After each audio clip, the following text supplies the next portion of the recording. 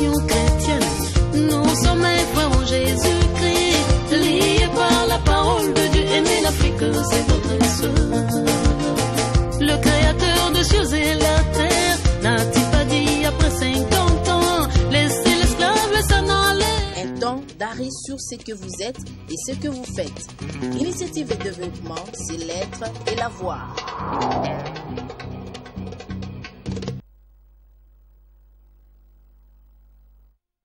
Bienvenue à ce nouveau numéro de l'émission Initiative et Développement. Nous sommes très heureux de vous savoir nombreux en train de suivre cette émission qui est votre magazine dominical. Aujourd'hui, nous allons parler de cette pandémie qui a rongé le monde entier, toute l'humanité tout entière est en pleurs parce que nous sommes attaqués par un virus mortel.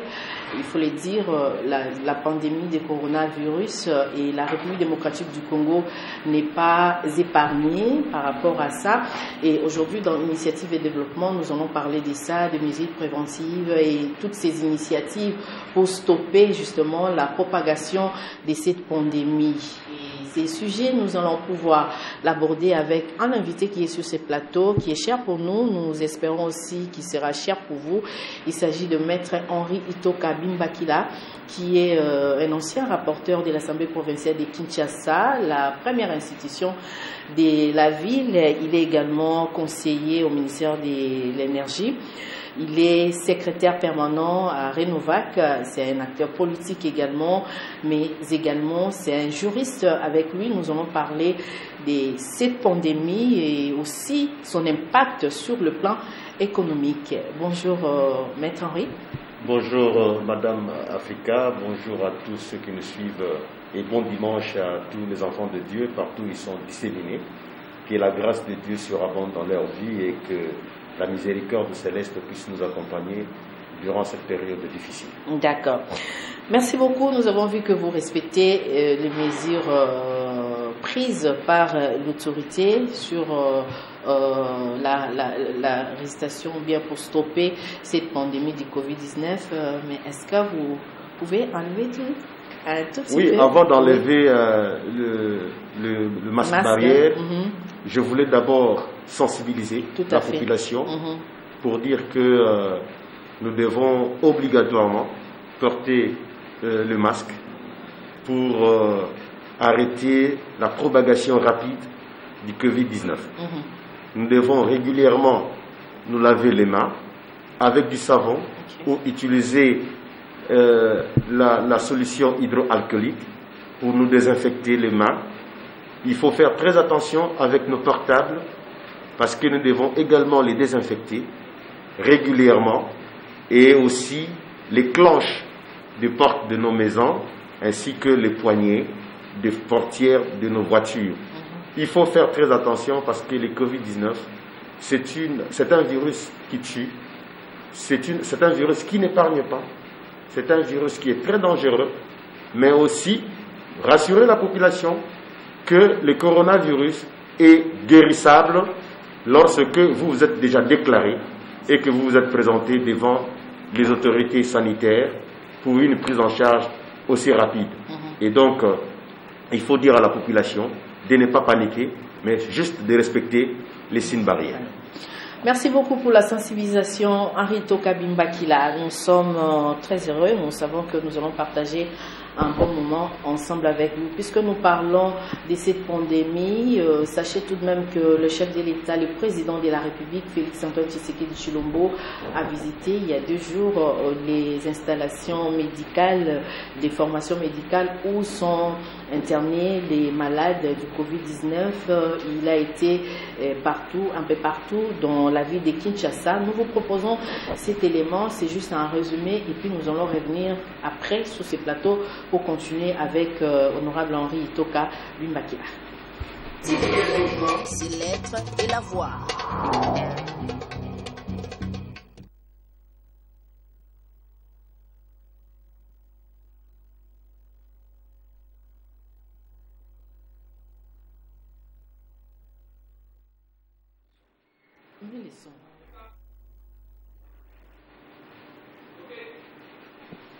Voilà, là vous voyez le chef de l'État qui a été dans des formations médicales. Il était à l'hôpital du Centenaire où il a visité les malades du Covid-19.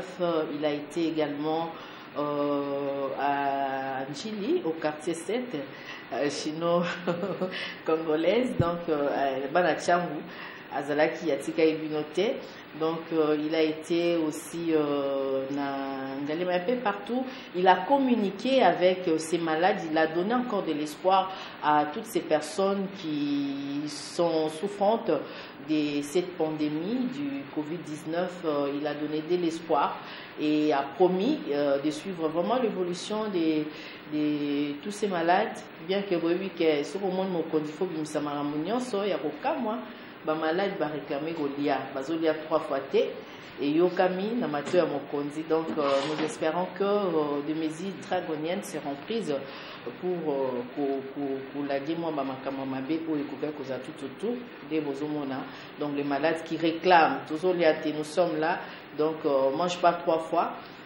J'espère que tout sera réglé dans quelques heures ou dans quelques jours, parce que après ça le chef de l'État a communiqué pour nous ça va mesure bazoa ministère de l'agriculture, ministère oyo ils en charge ya kolandela économie et tout pour nous talande nini batu bakoy kolia. Alors honorable Henri Itoka, vous avez suivi avec nous ensemble un mot par rapport à ça. C'est vrai que vous êtes congolais, natif aussi de Tchangou, le chef était là-bas. Qu'est-ce que vous en pensez? Bon, moi je pense que le chef a fait son devoir en tant que père de la nation de visiter ces populations qui sont frappées par cette pandémie, et je crois qu'il a tiré des leçons lors de sa visite pour voir, en palpant la réalité sur le terrain, pour voir comment est-ce que cette gestion est faite par les personnes qu'il a choisies.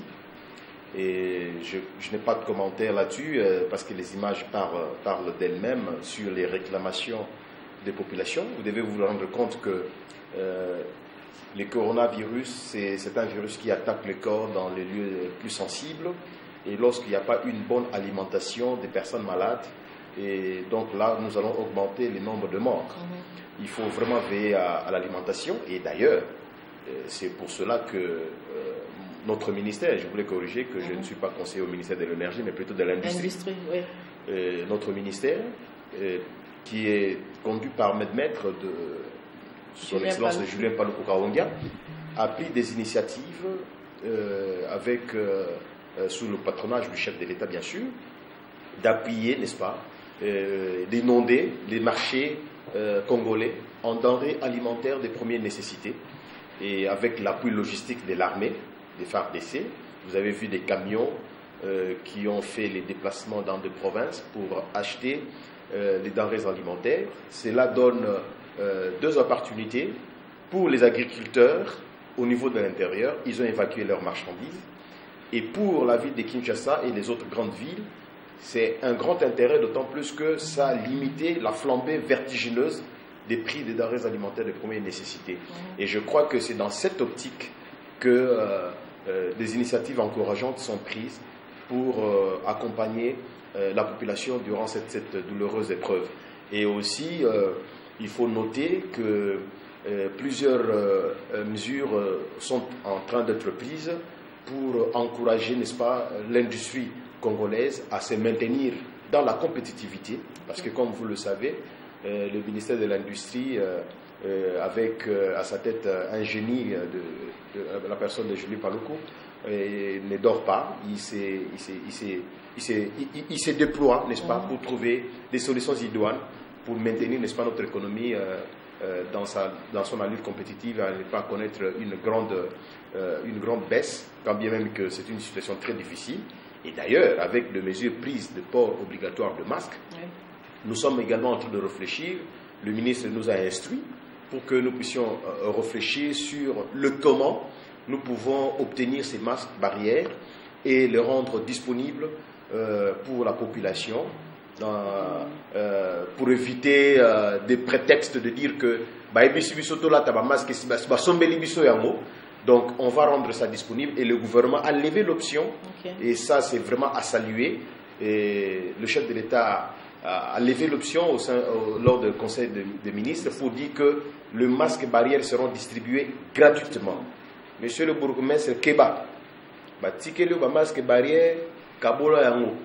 Mais, visolongo toujours parce que Tchombo Tchombo Songo, Migira Voteka, ou bien la rétention, Merci beaucoup. Ça, c'est déjà un bon signe et nous espérons aussi que vous allez vraiment ouvrir l'œil na makamutalipe les denrées alimentaires, les produits de première nécessité sur le prix dans les différents marchés pour les apasiens,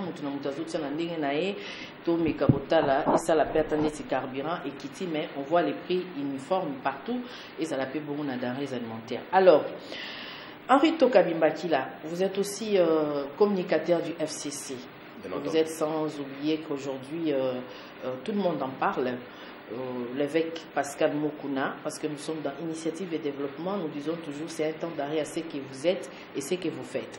Et aujourd'hui, l'évêque Mukuna a déposé sa plainte contre les patrons du Front commun pour le Congo, le FCC, son Excellence Joseph Kabila Kabange, le président honoraire de la RDC. Vous, en tant que membre du FCC et communicateur du FCC, qu'est-ce que vous en pensez? Merci beaucoup, madame, pour cette question. J'aimerais que les gens suivent attentivement les éléments que nous allons donner, parce que c'est... Vous appelez M. Pascal Mukuna évêque, mais nous sommes des communicateurs et notre rôle, c'est de rétablir la vérité. Rétablir la vérité sur un certain nombre de choses qui sont à la base de créer la désunion, n'est-ce pas, entre les forces politiques de notre pays pour aspirer au développement de la République démocratique du Congo. Je vais rétablir la vérité avec une parole que Dieu lui-même a instituée, et cette parole, Dieu l'a mis au-dessus de son nom. Et nous allons lire la parole de Dieu. Je crois que si vous dites que M. Pascal Mukuna est un évêque, c'est vous qui allez donner la réponse, et je crois que là il est en train de nous suivre. Il répondra à cette question. Nous sommes en 1 Timothée chapitre 3 et je vais lire. Cette parole est certaine: si quelqu'un aspire à la charge d'évêque, il désire une œuvre excellente. Il faut donc que l'évêque soit irréprochable, première qualité, mari d'une seule femme, deuxième qualité, sobre, modéré, réglé dans sa conduite, hospitalier, propre à l'enseignement. Il faut qu'il ne soit ni adonné au vin, ni violent, mais indulgent, pacifique et désintéressé. Ça, c'est la parole de Dieu qui déclare les critères, n'est-ce pas? Dieu a fixé les critères que l'on peut retrouver en celui ou en la personne qu'on appelle évêque. On peut appeler pasteur, on peut appeler berger, voyez-vous? Bref, des personnes qui ont à la charge des âmes de Dieu, des personnes que Dieu a instituées pour paître le troupeau. Eh bien, dans toutes les caractéristiques que je vais énumérer ici, je veux que les gens qui me suivent puissent appeler sur votre chaîne et me donner un seul critère que M. Pascal Mukuna remplit pour qu'il soit appelé évêque. Honorable Henri, vous n'allez pas mettre en doute ses qualités parce que évêque Mukuna est reconnu ici en République démocratique du Congo et dans le monde. Il est évêque, il a des églises, il a une femme, il a un foyer. C'est pas pour autant qu'aujourd'hui, parce qu'il a porté plainte au patron du FCC et vous mettez de côté sa personne Madame spirituelle. Africa, parce que vous vous rappelez à une période, il y a eu même, Excellence, le ministre honoraire du développement rural, Justin Bitakwira. Je les cite parce que dernièrement, il a été sur les ondes, sur la radio Top Congo pour attaquer également encore Mukuna. Et vous, aujourd'hui, vous dites qu'il n'est pas évêque alors qu'il a été autrefois dans son église. Je ne suis pas en train de dire que M. Mukuna n'est pas évêque. D'autant plus que je n'ai pas le pouvoir de le oindre évêque. Tout à fait. Mais je viens de donner les critères d'un évêque. Il appartient à M. Mukuna et à tous ceux qui nous suivent, et à vous-même, de répondre à la question qui est une question de rhétorique. De savoir, premièrement, est-ce que M. Pascal Mukuna remplit-il les critères fixés par Dieu, qui sont sacro-saints, pour être évêque. Ça, c'est un de deux. Nous sommes dans un état de droit. M. Mukuna peut se prévaloir le privilège, n'est-ce pas, d'ester en justice contre toute personne. Mais alors, là, il est mal parti. D'autant plus qu'il s'attaque à un ancien président de la République. Le président de la République, Joseph Kabila, qui est le président honoraire de la République démocratique du Congo, que nous saluons, le courage politique, que nous saluons, la manière dont il a conduit la République, jusqu'à ce que nous parvenions aujourd'hui à une coalition importantissime entre le FCC et le CACH. Aujourd'hui, il représente la nation tout entière en tant qu'une icône de la démocratie, en tant que le père de la démocratie. Ah, donc, nous ne pouvons pas reprocher à Mukuna le fait de saisir la justice. Mais nous disons, c'est un coup d'épée dans l'eau. D'autant plus que Mukuna devait être conseillé, à savoir que le président de la République, pour le fait que lui reproche au président de la République, dont il ne dispose même pas de preuves, il est inattaquable. Et il y a une loi, c'est la loi 18/021, qui organise, n'est-ce pas, la sécurisation des anciens présidents de la République. En son article 7 et 8, dispose clairement que le président de la République ne peut pas répondre des actes pour lesquels M. Pascal Mukuna est en train de l'attaquer. De bonne guerre, parce que je connais Joseph Kabila, et je dis que je le connais parce que je le fréquente, et il nous oriente, il nous donne des instructions, surtout en ce qui concerne la manière que nous devons conserver de manière irréfutable la coalition. Parce que pour Joseph Kabila, la coalition, c'est le seul apanage, c'est le seul verrou qui peut sauver la nation. C'est donc un enfant que nous devons tous protéger. Mais je me dis, ce qui nous étonne, nous du FCC, c'est le comportement de M. Pascal Mukuna. Et on apprendrait qu'il serait soutenu par les amis du CACH. Je ne le confirme pas. Mais si tel est le cas, je le regrette. D'autant plus que si Pascal Mukuna croit qu'en quittant le FCC aujourd'hui pour aller dans le CACH, il a changé de camp, nous sommes dans une coalition. Et je crois que le mot d'ordre a été donné. Nous devons garder la coalition. J'aime bien et j'apprécie la manière de la collaboration qu'il y a entre le président Félix Tshisekedi et le président honoraire Joseph Kabila. Eh bien, nous qui sommes les animateurs des différents partis politiques et des différentes structures du CACH et du FCC, nous devons répondre à un devoir sacro-saint, c'est de soutenir cette coalition et de ne pas se laisser distraire par des velléités égocentriques. Est-ce à empêcher de porter plainte? Pourquoi est-ce que vous vous acharnez sur la personne de l'évêque Mukuna? À ce que je sache, il a été aussi conseillé par des juristes. Il n'a pas pu déposer cette plainte. Comme ça, vous pensez que les avocats ou les juristes qui ont accompagné l'évêque Mukuna ne maîtrisent pas bien la loi pour que vous l'attaquez comme ça? Pourquoi ça dérange? Ça ne dérange pas, madame, mais nous sommes en train de sonner, comme on dit, comme la Bible dit, je t'ai placé comme la sentinelle. Tu dois avertir le peuple, parce que si le sang du peuple est versé, c'est à toi que je demanderai le sang. Donc nous, le FCC, nous sonnons l'alerte, nous sonnons l'alarme pour dire qu'il faut faire très attention, parce que aujourd'hui, regardez ce qui se passe à Kasumbalesa. C'est parce que les informations dangereuses ont été mises à la place publique au point de créer un désunion, comme je l'ai dit, au point de créer une mésentente entre le FCC et le CACH.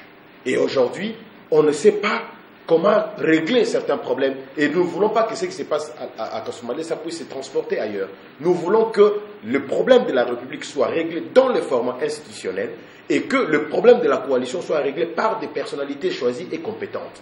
Ce que M. Pascal Mukuna est en train de faire, nous disons que ça risque d'entamer la coalition FCC-CACH. D'autant plus qu'il est en train de donner de la matière à la troisième voie. C'est pourquoi vous avez vu les amis de l'autre côté, rebondir sur l'affaire et capitaliser sur cette plainte-là. Mais nous disons qu'on ne l'interdit pas. Nous avons des arguments pour faire voir que c'est un coup d'épée dans l'eau, mais nous disons que M. Moukouna n'est pas un évêque. D'autant plus qu'il est reprochable de beaucoup de choses. D'autant plus que les vidéos qui circulent dans les réseaux sociaux, qui attestent qu'il n'était pas devant sa femme, alors que l'évêque doit être mari d'une seule femme. Et nous devons voir aussi le comportement violent, le comportement Certaines langues disent que ce sont des vidéos montées de toutes pièces par les gens du FCC, parce que vous êtes très furieux contre Moukouna. Bon, je ne suis pas l'avocat de Mme Chibola, mais j'ai suivi Mme Chibola il y a 2 jours, et elle est allée déposer une plainte contre M. Pascal Moukouna pour des faits que la Bible reproche à un évêque. Je le dis bien que je ne suis pas en train de juger la qualité véchale de M. Moukouna, mais mon problème ici, c'est est-ce que par rapport à la parole de Dieu, par rapport au principe de la parole droitement divisée, dans son exactitude mathématique avec une précision scientifique, nous pouvons dire effectivement que M. Moukouna, c'est un évêque. Il faut relire 1 Timothée chapitre 3. Vous avez grandi dans une famille chrétienne. À ce que je sache, pourquoi vous voulez tâcher le oint de Dieu? Ta Bible ici te dit de ne touchez pas au oint de l'Éternel. Et Moukouna, c'est un oint de l'Éternel. Et vous pensez il faut relativiser, parce que moi je pense que je vous ai cité les critères d'un oint, d'un berger, d'un pasteur, d'un évêque. Et puis je crois que dans tous ces critères, je ne retrouve pas M. Pascal Moukouna. Je suis désolé de le dire, je suis libre, nous sommes dans un état de droit. Mais ça aussi c'est à Dieu de lui juger, non? Vous êtes un bien évidemment. Dieu nous juge par rapport à ce que nous faisons. Vous savez que la parole de Dieu dit, il est préférable à un homme de ne pas faire un vœu à l'Éternel que d'en faire un sans l'accomplir. Nous sommes dimanche. Et madame, vous êtes devant un chrétien, un fervent croyant. Moi, je pense qu'il faut faire la part des choses.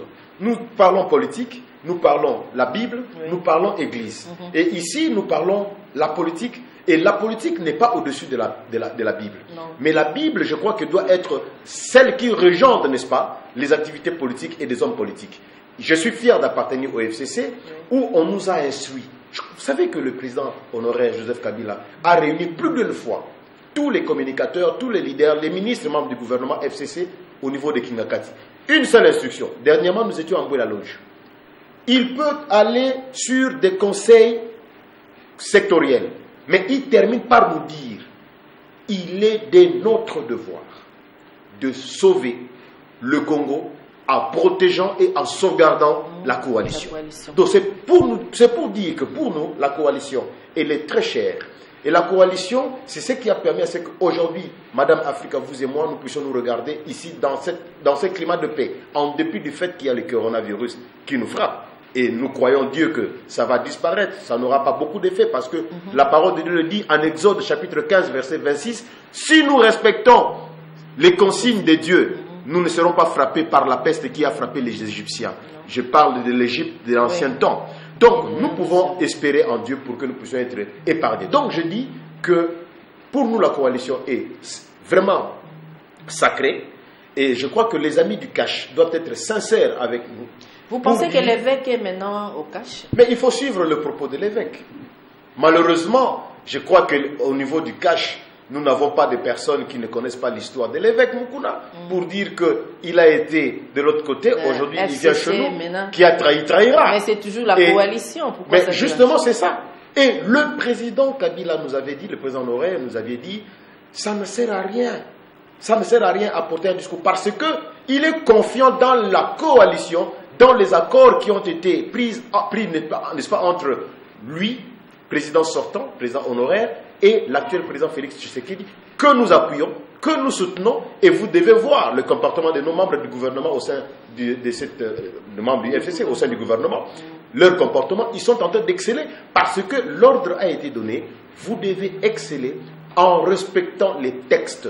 Et ici, nous sommes en train de regretter le fait que M. Moukouna n'a pas mesuré, n'est-ce pas, les enjeux, que ce soit sur le plan politique, que ce soit sur le plan spirituel et même sur le plan environnemental, d'autant plus qu'aujourd'hui, il est parti sur un mauvais chemin et c'est vraiment indigne. Est-ce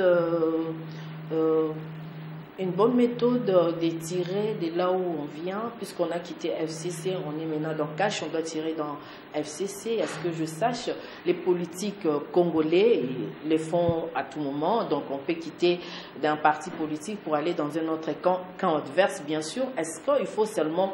D'abord, ce sont des antivaleurs. Vous savez, il y a des prétextes, hein, les gens qui prétextent autour de ça pour dire que la politique est dynamique. Attention, il faut faire la part des choses. Le dynamisme de la politique, c'est par rapport à une évolution philosophique et idéologique. Donc, la politique ne peut pas être statu quo.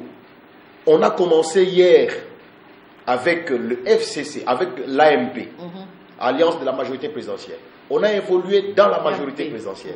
Aujourd'hui, nous sommes dans le FCC. Et nous sommes en coalition avec un parti qui était extrêmement à l'opposition hier. C'est ça le dynamisme politique. C'est-à-dire, les alliés d'hier peuvent les adversaires d'hier peuvent se coaliser autour d'une idéologie. Oui, travailler pour mais quand on parle, il faut éviter de parler du dynamisme politique lorsqu'on parle de débauchage ou on parle de vagabondage politique. Parce que je ne sais pas qu'est-ce qui s'est passé, les mécontentements égocentriques de certaines personnes qui espéraient avoir, je ne sais pas, le ciel avec Joseph Kabila, et pourtant ils ont eu de moyens pour ce faire. Aujourd'hui, ils veulent cracher sur Joseph Kabila pour aller amadouer son excellence Antoine Félix Tshisekedi Tshilombo. Ce dernier aussi n'est pas né de la dernière pluie pour comprendre que le flatteur vit au départ de celui qui l'écoute. Nous devons mettre fin, avec la nouvelle classe politique, nous devons parvenir à mettre fin à tous ces vagabondages politiques, parce que c'est avec l'esprit de la loyauté, de la fidélité, de la pérennisation, n'est-ce pas, de combat idéologique au lieu de combat matériel que nous allons faire développer notre pays. Honorable Henri, vous parlez de vagabondage politique, mais quelles sont les mesures préventives que vous prenez pour que nous n'arrivions pas à ces stades? Parce qu'aujourd'hui, il faut le dire que ça ne sonne pas très mal. Ok koto yo koti koto musupe bozaka bino na bino bo nto beta na menduki batikene nga boye. Vous avez été à la législature passée, vous avez géré toute une institution à l'Assemblée provinciale. Aujourd'hui, vous appartenez au FCC, mais la population ne se retrouve pas. Et les vagabondages politiques dont vous faites allusion, Ezomata. Qu'est-ce que vous conseillez à l'évêque alors? Le quoi pour apporter. Il doit se repentir. Big Boss. Non, nous avons dit que nous avons fondé un coup Joseph Kabila a sali lisumu te ils allaient droit na yé kasi to kola kisaye maza pe frère na bino bolia na na kingakati bosala manga ya ko wanga na yango nalanda ke émission moko abo basala kina ndeko Jean Marie Kasamba ako wanga na ngo Jean Marie ebise ke na mona ke isika yo kuzwa mpifo pe monsolo pona kosala campagne ya Emmanuel Shadari Ramazani ya ko wanga na yango ko ba video pezo tambola ko betela mwa mobali o Joseph Kabila maboko papa na libala na ye ayambote abala ayambote abala akine kokutana na mama Olive wana ko bala ya mibale to bala na ye ba répéter bon tant on a moni akeko kokutana na mama Olive azoki pe moi eloko libala esalamaki bien apesi pe ba remerciement. Vous savez la qualité d'un homme, on le reconnaît par sa dignité, par sa loyauté et par sa fermeté. Vous savez, il faut pas jouer au jeu de caméléon à tout moment. Même les gens qui vous regardent ne vont pas vous respecter. Pour dire que non, hier il a dit ceci, aujourd'hui il est en train de raconter ceci. Il faut un peu de loyauté, un peu de constance. Un peu de constance. Parce que la constance donne de la valeur, n'est-ce pas, à ce que l'homme fait. Et à ce qu'une femme fait également. Parce que je ne peux pas comprendre parler de l'homme sans parler de la femme. Et si conseil il y a à donner à M. Pascal Moukouna, il doit se repentir. Il doit accepter Jésus-Christ comme Seigneur et Sauveur et se repentir. Il ne doit pas profiter des âmes de Dieu, des enfants de Dieu pour se créer des richesses. Et lorsque il manifeste un comportement insatiable, Et il va... Non, parce que là, on à l'aise, missile. Alors, honorable Henri, malheureusement, et nous avons vu que la plainte de l'évêque Mukuna, Nazo Malobaya, il y a les petits-fils de sa grand-mère Justin Bitakou Abiona Aïe, à l'objet, ils ont manqué, il y a Mabonza, il y a Dim pendant 2 mois, ils ont ça tout passé pour Yepe Ayebi Akinaka. À cette époque-là, dans l'église évêque Mukuna, en tant que membre du cadre du FCC, et Ayamba qui est posé Azaki Motona Bango P à FCC, mais le local Malobezo changé, moi, bon, tous en état de droit, moi, étant condamné, tout le monde est libre de s'exprimer. Alors, honorable Henri Toka Bimbakila, et là, on est à s'attendre na passage na yo na émission Oyo. Qu'est-ce que vous pensez de l'avenir de la République démocratique du Congo? Parce que la RDC est vraiment frappée sur tous les plans. Alors, un message en tant que leader politique na Batunyo Solo à l'occasion Rolanda. Je vais d'abord remercier la chaîne de référence Antenne A qui a accepté promptement de me recevoir, humble serviteur de la population, et toujours constant à sa base de la Tchangou. Et j'y habite, je continue à les fréquenter et nous continuons à sensibiliser cette population autour de la pandémie. Et nous avons des activités que nous avons planifiées pour accentuer, n'est-ce pas, la campagne, la sensibilisation et la vulgarisation. Vous savez, Tchangoulé têtu.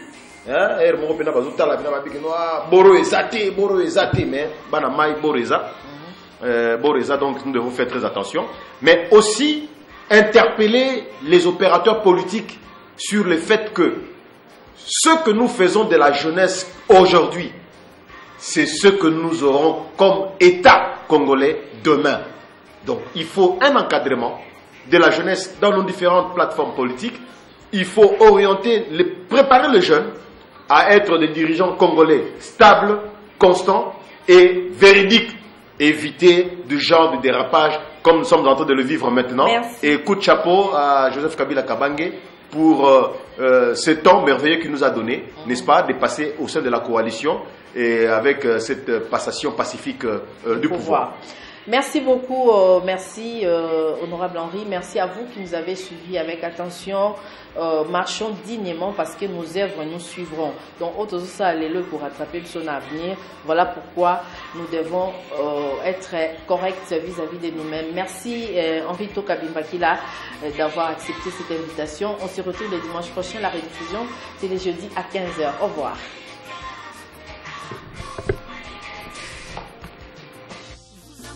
Des ressources chez moi.